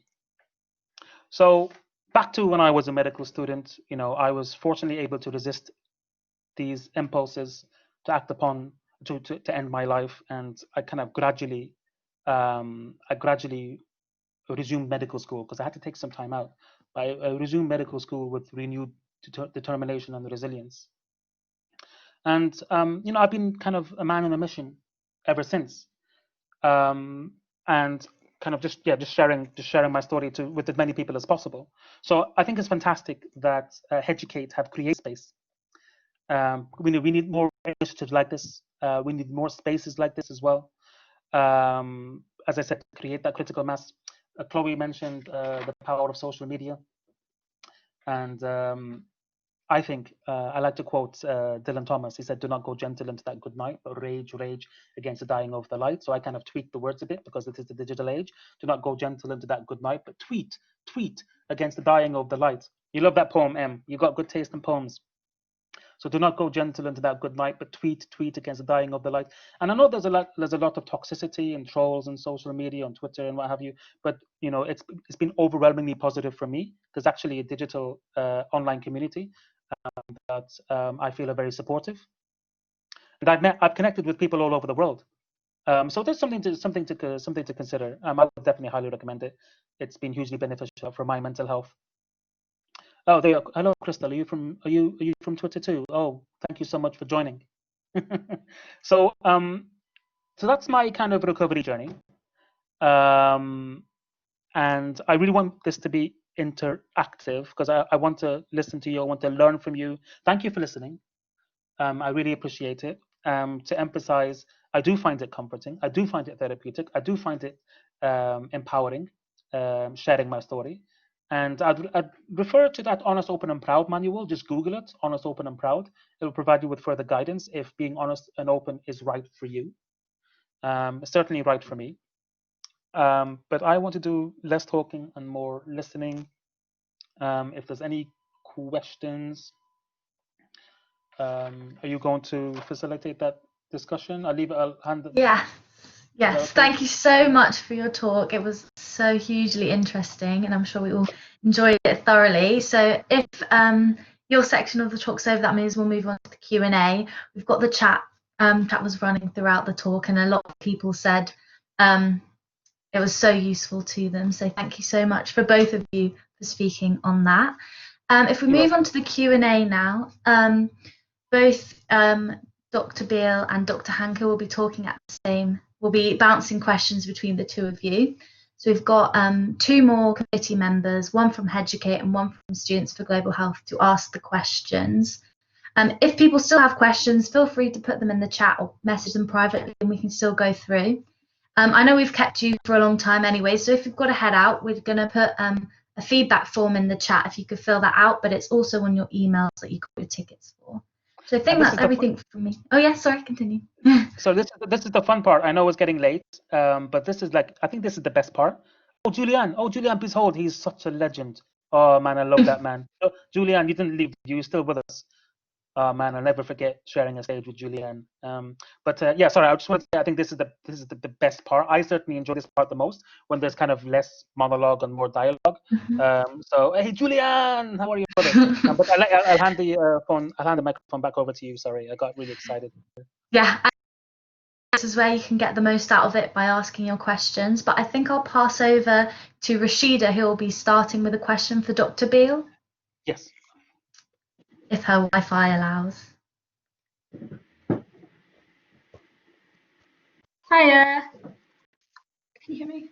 Hi. Hi, my name is Rashida. I'm a fourth year medical student. I'm on the Committee for Students for Global Health. I just wanted to thank you both for sharing your experiences. I personally found it very insightful. So I'll just start with the questions for Dr. Beale. So if the first question we had is, if someone talks to you in a non-professional setting about committing suicide and is adamant not to seek professional help, what is the best thing to do? Gosh, I don't think there's one answer really. I think there's some really excellent charities out there where, you know, such as the Samaritans, and there's other sort of face-to-face charities as well in different parts of the country, where people can talk openly about suicide without the worry that their confidentiality will be broken, or that somebody will want to admit them to hospital, or will do something that they're not comfortable with. So I think that it would be allowing them to talk, reminding them that nothing is ever worth killing yourself over, reminding I think it depends on them, but I would point people in the direction of charities that can listen without some of the sort of things that go hand in hand with talking to a medical professional, and I would just encourage them to weather the storm, and to remember that everything passes, and that whatever it is that's making them feel like that, you know, it will pass. Nothing's irretrievable, nothing. Okay, thank you. I'll just pass over to Helen now. 1 second. That was a great response. I really want to emphasize on what Chloe was saying, because, you know, the impermanence, and you know, we have a saying that after hardship there is ease. So I think that's a really important point. I just want to ask Chloe real quick, because I know that language is incredibly important, and we have to calibrate our words carefully. I don't know what your views are on the word commit suicide. Chloe, I just thought that might be interesting to get some feedback from you regarding that. Yeah, I mean, I think I feel the same way as many people, which is that it's a very outdated term. It comes from the fact that suicide used to be a criminal act, so you commit a crime and you commit suicide, and suicide, of course, is no longer a criminal act. And I think that it's, you know, it's quite sort of laden with those historical connotations. So I think that it's not a good word to use. That's why I would use the term "die by suicide." Yeah. Some people find the term completed suicide a bit more you know, a bit dodgy as well. I think died by suicide is probably your safest option, but commit is sort of laden with judgment and historical judgment, and it is so ingrained. You know, I have heard other, you know, colleagues who are really good colleagues, who are really, you know, very caring doctors and nurses and psychologists use the term commit suicide. I think it's going to take a very long time to stamp it out, but definitely I would strongly discourage the term commit suicide. It's stigmatizing, it's very distressing to the people, to the families of people who have lost someone to suicide. You know, as a rule, I you know, I don't want to generalize too much. I've also heard people say, do you know what, I couldn't give a toss what you call it. The fact is that they died, and it really doesn't matter to me whether you call it commit or died by it or whatever. You know, the fact is that they're gone. So, you know, I think it's, you can't generalize, but I would steer clear of it, to be honest. Thank you very much for answering that. We completely agree. That's something we were doing this and our fundraising event, and I think particularly with commit suicide being sort of to do with the criminalization of it, obviously that's long gone, so we should definitely move away from to more better terminology. So I think I've got Misha up next to ask a question aimed at Dr. Hanke, but it's open to either of you if you feel you have a good answer to it. So thank you. Hello. Hi, I'm Misha. I'm a second-year medical student, and I'm part of the Headucate committee as research officer. I just want to say Misha. hi. I just want to say thank you to both of you for the amazing talks. Thank you for having us. So yeah, I'll start with the first question. How do you balance your own experience with the work and then working within the field? As a survivor who has been harmed by psychiatry and doctors' practices, my experience made me rethink my career choices and go a different route from becoming a clinical psychologist. So I was just curious how you balance that and also the knowledge from both sides of the system. Well, I'll ask Chloe to answer first, if that's okay with Chloe. Then maybe I can answer afterwards. If is that okay with you, Chloe? So sorry, the question was balancing lived experience with. Sorry, I thought it was, the question was for Ahmed, so I didn't fully. Oh yeah, that's fine. So that's absolutely fine. Sorry, I didn't mean to put you on the spot like that. Sorry. That's okay.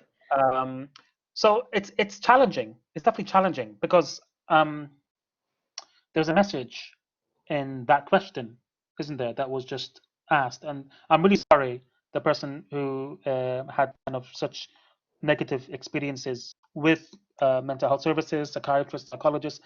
I know there's a solace and shared experience, and my mind was mutilated by someone who calls himself a doctor. I was psychologically tortured myself, and you know, I think I maybe started to lose faith in humanity, because if that's what medics are doing, then you know, what does that say about our species? But I don't mean to deter people from kind of seeking help, because some of the most compassionate people that I've ever met in my entire life are psychiatrists, are mental health professionals, are psychologists. But I can understand, you know, the reluctance to seek help. Some people say it's, you know, if you have living experience of mental health difficulties and you're a mental health professional, it might be, you know, it's too close to home. It might be triggering, and I understand that. I understand that. I don't even remember the last time that I shared that I have living experience of mental difficulties with my patients, because I do a lot more listening than I do talking in clinical practice. There's nothing to stop me from sharing. There was somebody who did a PhD on this at York University. So you know, it's not like that. It's not like you're kind of violating any regulations by sharing. But I think certainly in a clinical context, you do a lot more listening than you do talking. I mean, you know, on a stage, in public speaking is a different matter altogether. I find that actually it's I find it makes me more empathetic, and it makes me more insightful having living experience. And I think that patients they detect that, they notice that, and they are grateful for the empathy. So I don't know if that answers your question. I hope it does, at least partially. I think you need to, you need to be honest with yourself, engage in introspection, ask yourself if you're emotionally equipped, and does it make you, you know, it doesn't make you any less of a human. Of course it doesn't. I mean, if anything, I think it makes you more human, having living experience of mental health difficulties. But yeah, if just to emphasize, if you feel that you are emotionally equipped, because it can be emotionally challenging, I can't deny it. You know, it can be triggering. So you know, are you at the right place? What I will definitely emphasize is that not only has my living experience made me a better doctor and a better psychiatrist, it's made me a better human being as well. So it won't stop you. It definitely wouldn't stop you. But yeah, try to, you know, speak to a mentor. You know, send us. I mean, events like these connect people, don't they? So send. You've got my details there. Send me, you know, send me an email, and we can arrange to have a chat. I'm more than happy to do that. So I hope that answers your question. That was amazing. Thank you so much. And I think that definitely answered their question. I've got the next question. It was put in the chat a little while ago. They said, doesn't lessening the stigma of suicide promote or encourage the act? Like, does it become okay to commit suicide? And it's open to both of you. Wow. I can address that if that's okay. Yeah, definitely. In a word, no. Yeah. Like I said in my talk, you're not going to give somebody the idea. And what we're doing is we're not saying that suicide is absolutely fine. We're saying it's okay to talk about it, and that having these thoughts is not weird or freaky, but that it's not inevitable. You don't have to feel this way. I think we need to make it okay to think about these things. And if we're trying to, you know, say that, you know, suicide is no option that someone should ever consider, then I think that we shut them down. We shut people down. So we have to promote hope. But so I think it's more about lessening the stigma of those thoughts and saying it's quite normal to feel, well, not, yeah, it's not unusual to feel this way, but it's not inevitable. And it's not something that you should have to live with, and there is hope and you can get better. So and you know, evidence wise, absolutely not. You know, we know very clearly that asking people about suicide and encouraging them to talk about it does not increase the chances that they will do it. So no, this is something that you really shouldn't worry about. That's like an emphatic no, isn't it, Chloe? Like, you know, we're kind of unambiguously clear. I mean, what is suicide? I mean, so what is stigma, rather? So it's a deeply discrediting attribute that reduces the bearer from a whole and usual person to a tainted and discounted one. So it's a deeply discrediting attribute, right? So what we're saying is that, you know, we shouldn't stigmatize people who have suicidal thoughts, who vocalize suicidal thoughts, and we're saying that it's okay not to be okay to have these thoughts, and we want to discourage you, we want to deter you, because life is for living. And you know, it might, because life can be so painful, it might feel like suicide is the only way out, and we need to, I can't emphasize this, and that's a very important point that Chloe made, we need to instill hope in people who have succumbed to despair. So, you know, an emphatic no, that reducing the stigma of suicidality in any way condones it. I guess what we're just saying is that, you know, we shouldn't stigmatize those who die by suicide, their legacies, for example, and the family members, because usually family members, depending on the culture, I mean, especially in certain cultures, they can be heavily stigmatized as well. So yeah, just to kind of make that really clear, and thank you so much for asking that important question. Responses from you both, completely agree. There was a really good point I saw in the chat that I'll just read out. They said stigma doesn't prevent suicide, it prevents people from discussing their suicidal thoughts, which I think really sums up both the points nicely. I think we've got another question from Rashida. I think it was for the Dr. Beale talk, but open to both of you again. The question is, people often worry about saying the wrong thing and making someone feel worse. How can we look after ourselves as well as deal with the emotions it raises in ourselves? How do we look after ourselves? You know, I mean, there are three broad approaches to mental health. You know, you have you can be proactive, you can be reactive, and then there's the systemic change. So they talk about intervention is better than prevention. So prevention is better than intervention. So mental health resilience. A healthy body is a healthy mind, for example. And then you have the reactive approach, which when you have counselors on campus, for example. So when you become unwell, then you go seek help from mental health services or whatever, or whatever. And then you have the systemic change, challenging the culture of shame and stigma that permeates throughout universities and in the NHS as well. So I think having that balance is really important for your own psychological well-being. Having the strength to say no, which can be challenging if you have this kind of big heart and you want to give so much and you give and you want to constantly say yes. So I think an important part of resilience, of mental health resilience, is having the strength to say no. I think engaging in introspection as well. So the 3 vital signs of psychic life: the physical body has vital signs, and the mind has, in a way, vital signs. The three vital signs are turmoil, introspection, and ambivalence.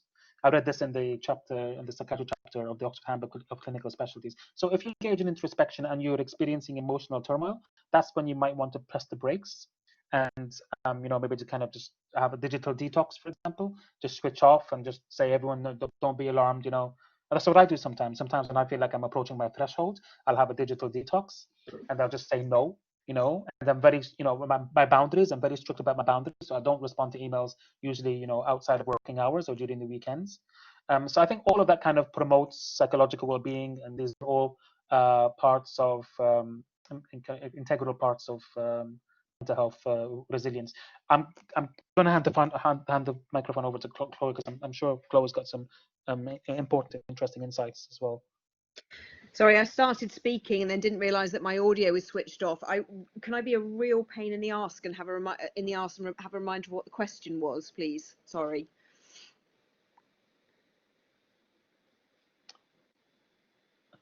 Oh, so I don't know.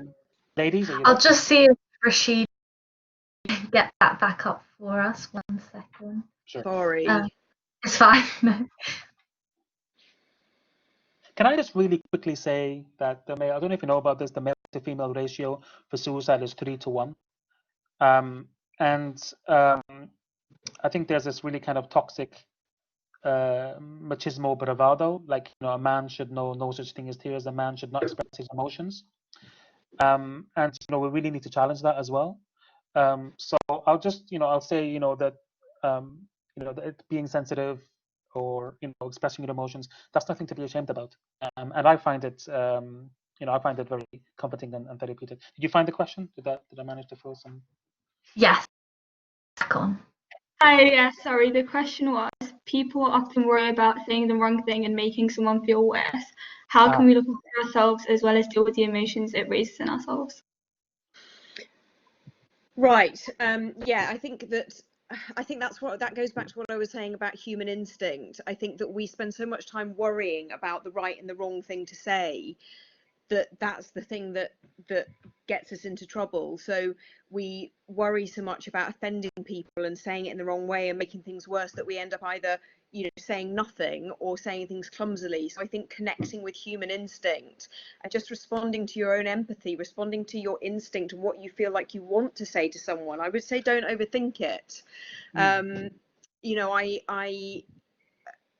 in my own lived experience is actually very recent, and I was in an odd position of lots of people knowing that there was something wrong with me, but nobody knowing what to say, so nobody said anything, and that was difficult.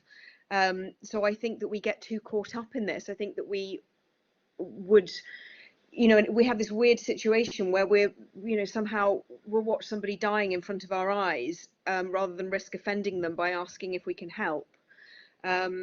So I think that if you reach out with an open heart, you're not going to make things worse and say the wrong thing. If you just respond to your own human instinct without worrying too much about what all the individual words are. And as to how you, how you kind of keep yourself safe and resilient, I would say that I will get back to you on that one. I haven't figured it out yet. Work in progress, isn't it? Chloe. It is work in progress. You know, It we is. don't have it all figured out. You know, I mean, what contributed to my recovery and my resilience is the power of the performing arts and exercise, and you know, my faith is. And there's a lot of I think comments now about faith. So spirituality, you know, can be can contribute to mental health resilience and recovery. But as Chloe said, you know, it's just a work in progress. We just take it one day at a time. You know. Thank you for both being such lovely. I think Misha will now have another question for you, but we still have quite a few coming through on the chat as well. Yeah, that's fantastic. So yeah, the next question is, how have you found the bravery to open up, and how can we all get to that stage? Isn't that interesting? I just wanted to. It was like a reflex to respond to that question.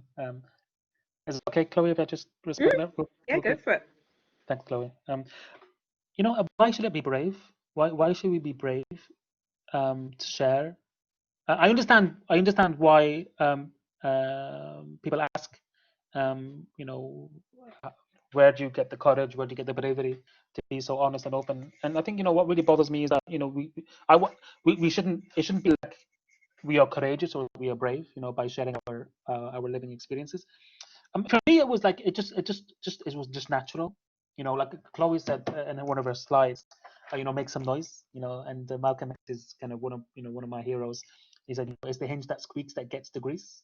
You know, so when we're kind of campaigning for parity of esteem between physical health and mental health, the allocation of resources, you know, for the provision of mental health care services, for example, you know, we shout it from the rooftops. You know, we want to challenge the injustice, we want to challenge the stigma, we want to challenge discrimination. So, and I felt, because there are three broad ways that we react to public stigma. We can be nonchalant, we can be indifferent, we don't care. We can internalize it, we can develop self-stigma, or we can become energized. You develop what you call a righteous indignation. There's a fire burning in your belly and there's thunder in your heart. And so for me, it was like, you know, I just wanted to campaign, and like I said, I found it very therapeutic, and I found it very cathartic. Don't get me wrong, I encountered, as I said, fierce resistance to the extent I actually had to migrate to New Zealand for a year, because it's not easy. There's something called intersectionality in the stigma literature. I mean, how can you know, as I said, stigma is a deeply discrediting attribute. You can have multiple deeply discrediting attributes. You can be from a Black and Asian and minority ethnic background, and we know that people from BAME backgrounds are overrepresented, not just in mental health services, but the criminal justice system. So you can be from a BAME background. You can be, for example, an adherent of the Islamic faith, and we know that Islamophobia is a growing problem in the West, and you can have mental illness. So that's a triple whammy, that's a triple stigma right there. And so, you know, I really felt energized. I wanted to be an agent of social change. And if you look at the evidence is clear that people who have living experience of mental health difficulties have the power to reduce stigma. So you might encounter resistance initially, and you do need forbearance, you do need fortitude, and you know, you need to have allies as well. So I have a mentor in Cambridge, Dr. Rashid Zaman, who had faith in me. You know, I've got allies at South London and mostly the college president, the Royal College of Psychiatrists, Dr. Adrian James. He has living experience. I've shared a stage with him. He's a consultant psychiatrist, president of the Royal College of Psychiatrists. He has a living experience of depressive illness. So when you have these allies, then I think that really helps as well. I hope that answers your question.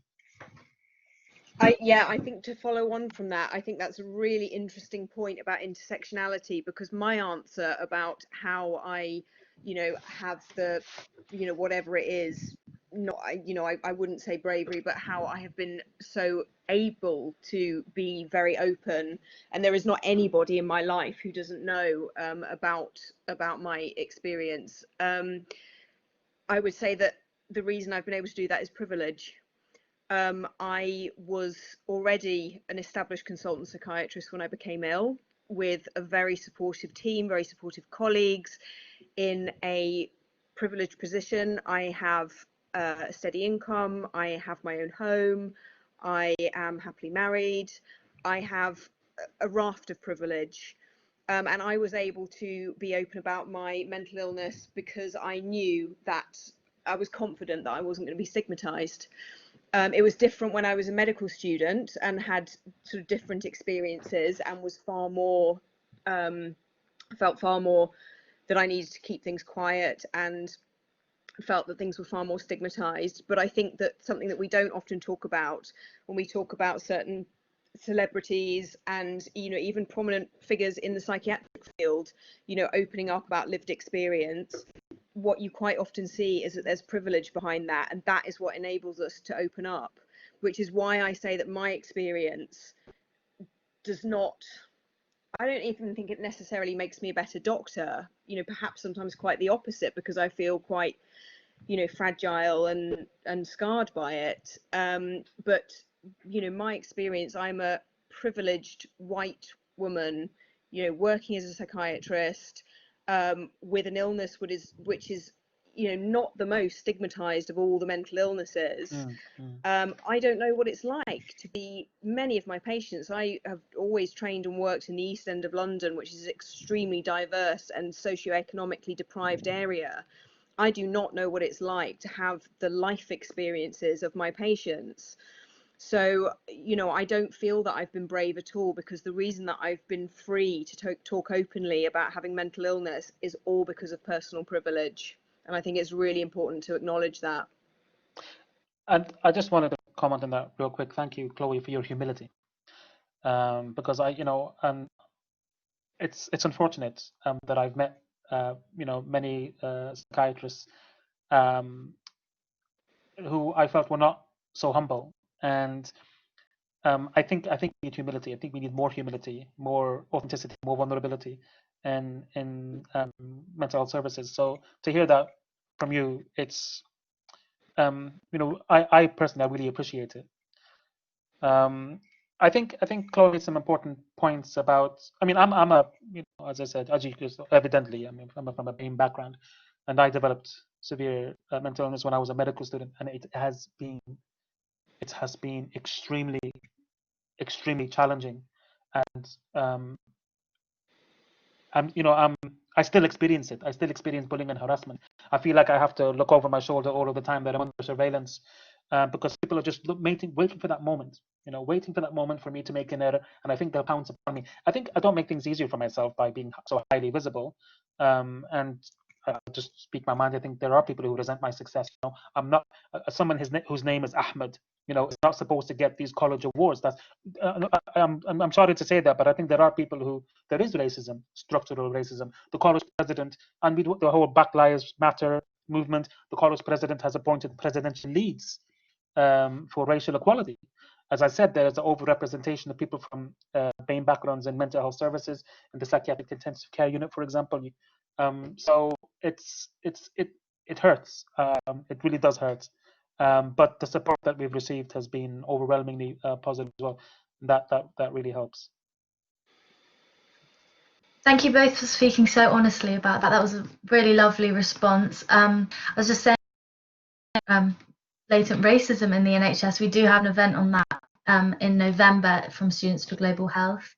And also, I just wanted to say, as a medical student, it's really lovely to hear from healthcare professionals much higher up than where I am now, talk honestly and openly about struggles that a lot of us all feel. I've found a question in the chat that sort of piggybacks off that, so I thought I'd ask it now.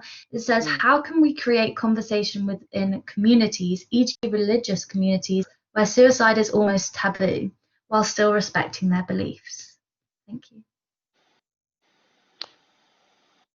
I mean, I can talk about the Muslim community. So, I mean, I'm really fortunate. As I mentioned, I've co-edited a few textbooks now on religion and psychiatry, but I feel comfortable talking about the Muslim community because I've mentioned this before. You know, suicide is haram, which is the Arabic word for forbidden, prohibited. But a lot of people are not familiar. Somebody mentioned, actually, I think in the chat, that the Prophet Muhammad, peace upon him, he actually experienced emotional turmoil. And when people are reminded of this, I think it helps to reduce the stigma attached to, you know, psychological, emotional problems. But also, you know, I say this in my public speaking. You know, if you go to a court of law and you're not in control of your faculties, you have mental illness, and you know the judge might show you clemency. You know, they might exonerate you even or absolve you because what was driving that behavior was your mental illness, and so you can't be held accountable. So Muslims believe in you know, in God and Allah, and that they will be judged in the hereafter. And we also believe that God is the most merciful. If you come to God with a mountain of sins, He'll come to you with a mountain of forgiveness. But you know, if human beings, if judges can be compassionate and show clemency. Well, in the Islamic faith, we believe that God is a judge of all judges, and that His mercy and His compassion and His clemency will far exceed that of any mortal. And I think that's okay. So people ask me this all the time, Dr. Hanker, why is mental health related stigma rampant in the Muslim community? You've got celebrities, you've got high profile people like Prince Harry, like Stephen Fry.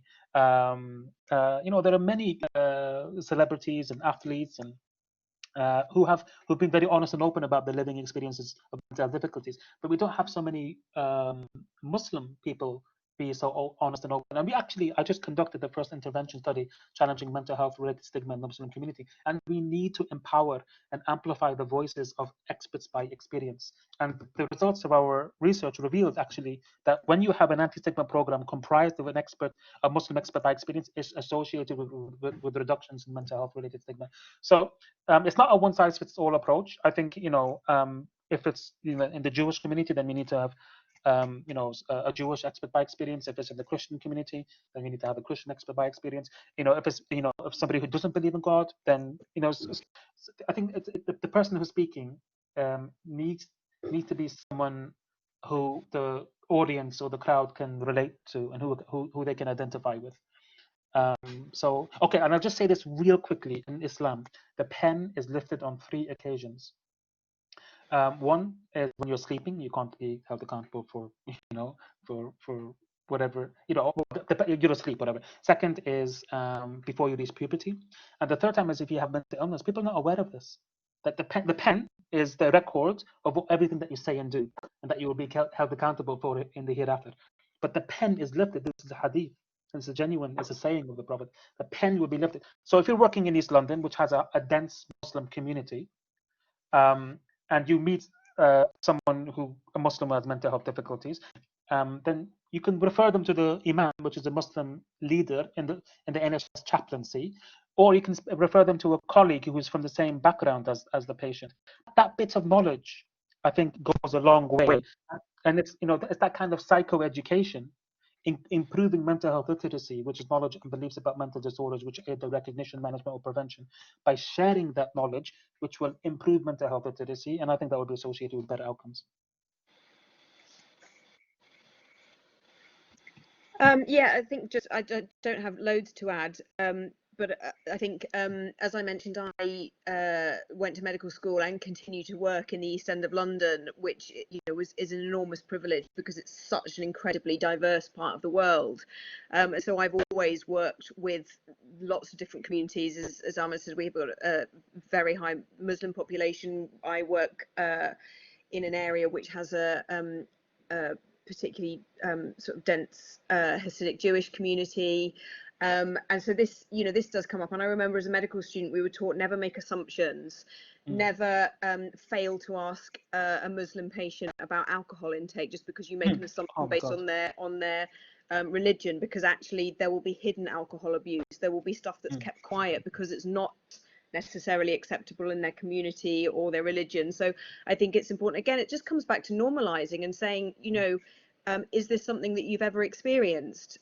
Because sometimes people might find it hard to talk about or might feel that they shouldn't talk about it, and you're in a safe place. It's okay to talk about this if you have, and yeah, I think and also educate yourself.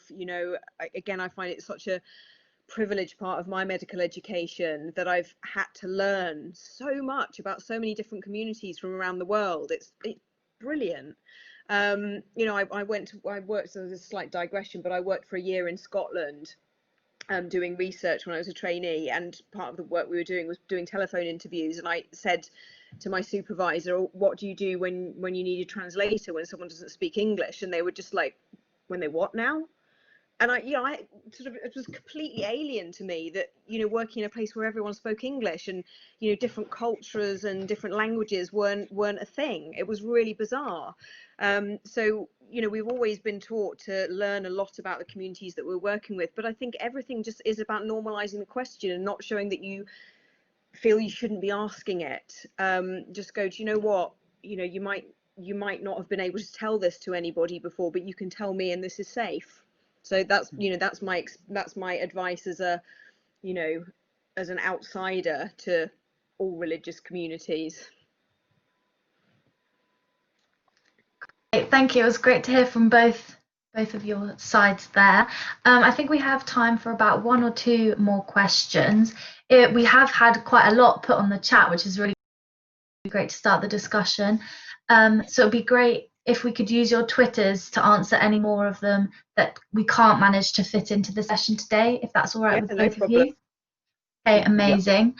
So I think I'm going to pass to Rashida now, if her Wi-Fi allows it, to ask another question to you both now. So the question is, as a screening question, would it be better to ask how are you feeling, and if the patient then shows signs of suicidal thoughts, would it then be appropriate to follow with, can I ask if you're experiencing any suicidal thoughts? Does that make sense? Yeah, I think you know, I would just steer away from the idea of screening questions. You know, I don't particularly like them. One of my huge bugbears that I always try and beat out of my medical students is the cage questionnaire. I can't stand it. I think just ask questions, move away from the idea of screening things. But yeah, I wouldn't think about a screening question. I think that, you know, you need to be guided by the person that you're talking to. So, you know, signs of suicidal thoughts, I don't necessarily know what that would be. I mean, usually you will have an idea as to the sort of consultation you're having. But yeah, if somebody is talking to you about feeling low in mood, then, you know, use what they've already told you to say, has this affected you to the point that it's made you feel like life isn't worth living anymore? You know, you can say the word suicidal thoughts, you don't necessarily have to. Again, it depends on who you're talking to, on, you know, whether English is their first language, all that sort of thing. But yeah, I think I always use what people are telling you. So, you know, if they're telling you that they've got, you know, bleeding piles but everything else is fine, then you're not necessarily going to move on to going, does that make you ever feel suicidal? But if, you know, there's evidence of depression and you're asking questions about their mood and things are actually a bit crap, or not just depression, because depression isn't the only thing that makes people feel suicidal. So if you've got somebody who is hearing voices or you know, feeling paranoid, that might be something that gets to a point that it just feels too much and they want to end their lives. So whatever's happening, I think you just use what the patient's telling you, because that makes people feel heard as well. If you're actually following up on what they're saying to you, I think I would move away from the idea of screening questions altogether and just advise natural curiosity. I always say that psychiatry is basically professional nosiness, and I think that's what makes you a decent psychiatrist, is if you're just really naturally curious and, you know, you want to follow down the rabbit hole. You're not just going to see a white rabbit with a pocket watch and document that you've seen it and then ask no questions. You're going to follow that rabbit down the rabbit hole and see where it goes, because you're interested, because you're curious. So use what people are telling you, be curious, be interested, and then it kind of negates the need to think, I've got to ask this screening question. Yeah, I really want to echo what Chloe said, and I think it's you know, they need to feel heard, they need to be validated as well. Beautiful quote from a TEDx speaker at the University of Bristol. You know, people say, you know, you shouldn't be depressed because other people have it worse. You may have heard that before. Oh, don't, you know, put yourself together. You shouldn't be so depressed because other people have it worse. That's like saying you shouldn't be happy because other people have it better. So, you know, never ever make somebody, you know, never ever in. Did you like that one, Chloe? I love that one Yeah, too. I've never thought of that one before. I'm nicking that. You take that one, yeah. Don't say Yeah. to other people you shouldn't be depressed because other people have it worse. That's like saying to other people you shouldn't be happy because other people have it better. And I think that the kind of the essence of that is invalidation. You know, don't. It's not so much the condition, you know, the kind of condition that a person has. It's the kind of person that has the condition, if that makes sense. So somebody might feel suicidal if they have a pimple on their forehead. You know, that can cause them a considerable amount of distress. But some people, you know, could be wheelchair bound and feel very exuberant. So I think it's kind of, it reminds me of this beautiful quote from Oliver Sacks: in order to restore the human subject at the center, the suffering, afflicted, fighting human subject, we have to deepen the case history into a narrative or tale. You know, what is the suffering beneath the symptom? So be inquisitive, be curious, be empathetic, be non-judgmental. You know, it's not so much what you're saying, it's also how you're saying it, the tone of your voice, the look in your eyes, your non-verbal communication. All of that is so critical. And so, yeah, I definitely, I'd veer away from screening and, you know, these kind of questionnaires. I think just, you know, that is a barrier. Just be authentic and be sincere. Yeah, be present. Amazing. Both. So we're heading towards 8:30. I was wondering if you had maybe 5 more minutes if we ask one more question, but if not, we can wrap up now. Yeah, 5 minutes. Yeah, last question. Right for me. Yeah, is that okay, Chloe? Yeah, last question. Yeah. Perfect. Okay.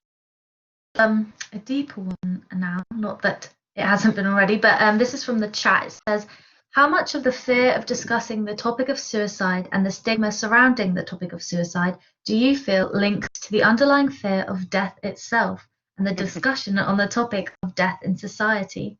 I often wonder if there was just more conversation about the topic of death, the effects that it would have when it comes to the topic of suicide. Thank you. God, well, our own mortality in a way. Do you have any kind of immediate thoughts on that, Chloe? Or, Yeah, I mean, I think that we're not good at dealing with the idea of death as a fact of life. But I don't know, I think sometimes that maybe what we're even less good at dealing with is you know, emotions and pain. And this is something that I've observed, I think is really interesting after the first wave of COVID, working in a general hospital, is that I think that doctors and nurses and staff have coped amazingly well with, you know, the death and destruction that everybody's seen. But what people seem to be really struggling with is now dealing with the emotional aftermath in their patients. And I mentioned earlier about getting referrals about people who are crying, you know, who have perhaps been intubated for like 50 days with COVID. And I think that that's the one thing, it's like almost the final thing that we can't deal with. We can deal with all the practical stuff, we can do shit, we can make stuff better, but please don't hold a mirror up to our emotions, because we just cannot handle that. That is too much. I think we're not great at that. And no, we're not great at talking about death. And, you know, I think a lot of the outrage about DNR orders during COVID as well, and undoubtedly it was handled very badly in certain quarters, particularly amongst people with learning disabilities and other groups. So I'm not saying things weren't done badly, but there was also a lot of outrage about the idea of applying DNRs to people who were in appalling physical condition, because we can't accept the idea of death. We're not very good at it. And I think I was talking to my partner about this recently, actually, because we've both lost a parent in recent years, and we were talking about it and saying, as human beings, this is a real like evolutionary flaw, but considering how much death and bereavement is a part of life and something that every single human being more or less will go through, we're pretty poorly evolved for dealing with it. You know, we go to pieces over bereavement. It makes us really sad, understandably, but I was sort of like, why are we not better evolved to deal with death? Because it's an absolute fact of life. Why are we so crap at accepting that this is a thing, and living with it and dealing with it? And I don't know. I mean, I suppose I've just sort of answered a philosophical question with some more philosophical musing without actually answering anything. But you know, I am a psychiatrist. Give me a break. Wow. Yeah. It's I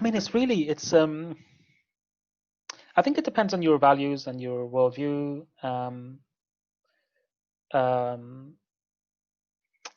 This is anecdotal. My best friend, he passed away. He's my age, 38. Unexpected, sudden.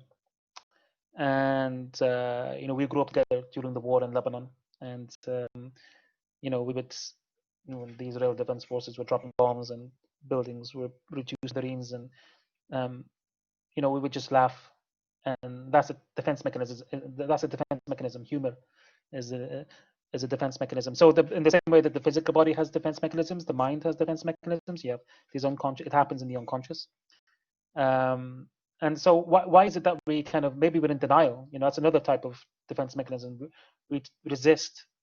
Like Chloe said, I don't think we can confront our own mortality comfortably. And to emphasize, I think it's down to your worldviews and your values, and maybe if you're religious, if you have faith. So certainly in my faith, that we're constantly reminded, we're encouraged to constantly think about death. Apparently, the intelligent person is a person who's constantly thinking about and preparing for death. And I know there's an inverse relationship between spirituality and religiosity and anxiety about death. It's interesting, the person who asked that question. Where is that question coming from? Is it less of a question and more of a statement? The person who asked that question, did someone they love pass away, or are they maybe feeling like life is no longer worth living? I know I felt that way before. So again, I think I've just done what Chloe did in the, perhaps asked the philosophical. I've answered a philosophical question with a philosophical answer. I think it's theological as well. I think what maybe to close on, be kind to them, be kind to yourself, be compassionate to others, be compassionate to yourself, and I think be grateful for every moment that we have. Because my best friend, when he woke up in the morning, it's not like he woke up knowing that he would die. So I think life is fragile. I think life is too short to hold a grudge, and complete a gratitude diary. Populate, it could be virtual. This is what I do on Twitter. I write 2 things that I'm grateful for. I'm grateful that I can inhale, that I can conceive and ideas, that I can share them, that I can receive ideas as well. And if you do that, there's some evidence to prove that it's actually associated with a psychological well-being. So I don't know if that's a direct response to your question, but yeah, be mindful of how fragile life is, and I guess be grateful, be happy for this moment. This moment is your life, to quote a Persian poet. So yeah, Mohammed, you're welcome, Habibi. I think that's a lovely point and beautiful point.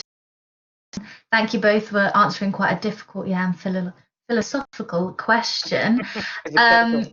Yeah.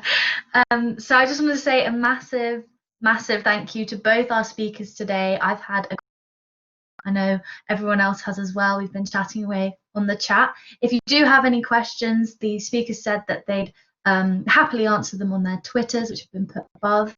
Also, we've got our feedback form. We'll be sending a little thank you to both of you over on your email, so make sure to check those tonight. And I think that's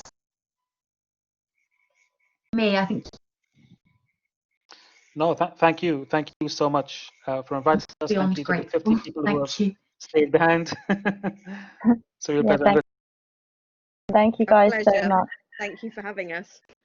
And yeah, please just email headucate.com if you'd like a copy of the recording, and we'll just speak to speakers first, and then if they're all right with it, we'll send it out. Just a quick thing, if anyone wants to ask any questions about Headucate or about Students for Global Health, me and Helen will stay around. Just a little Headucate plug. If any UEA students would like their own hoodie, we have awesome personalized hoodies with Headucate logo, and you can have your name on it, and there's 20 different colors. So yeah, you can get that on the Headucate UEA Student Union website if you'd like one. But yeah, thank you everyone so much for coming. And just to reiterate what the speaker said and what has already been said, if you feel like you'd like to speak to anyone about anything that we've talked about tonight, go to someone that you trust. Go to a friend. Go to a friend, a family member, a flatmate. But there are also the helplines that we talked about and discussed, and Samaritans that we had on screen before.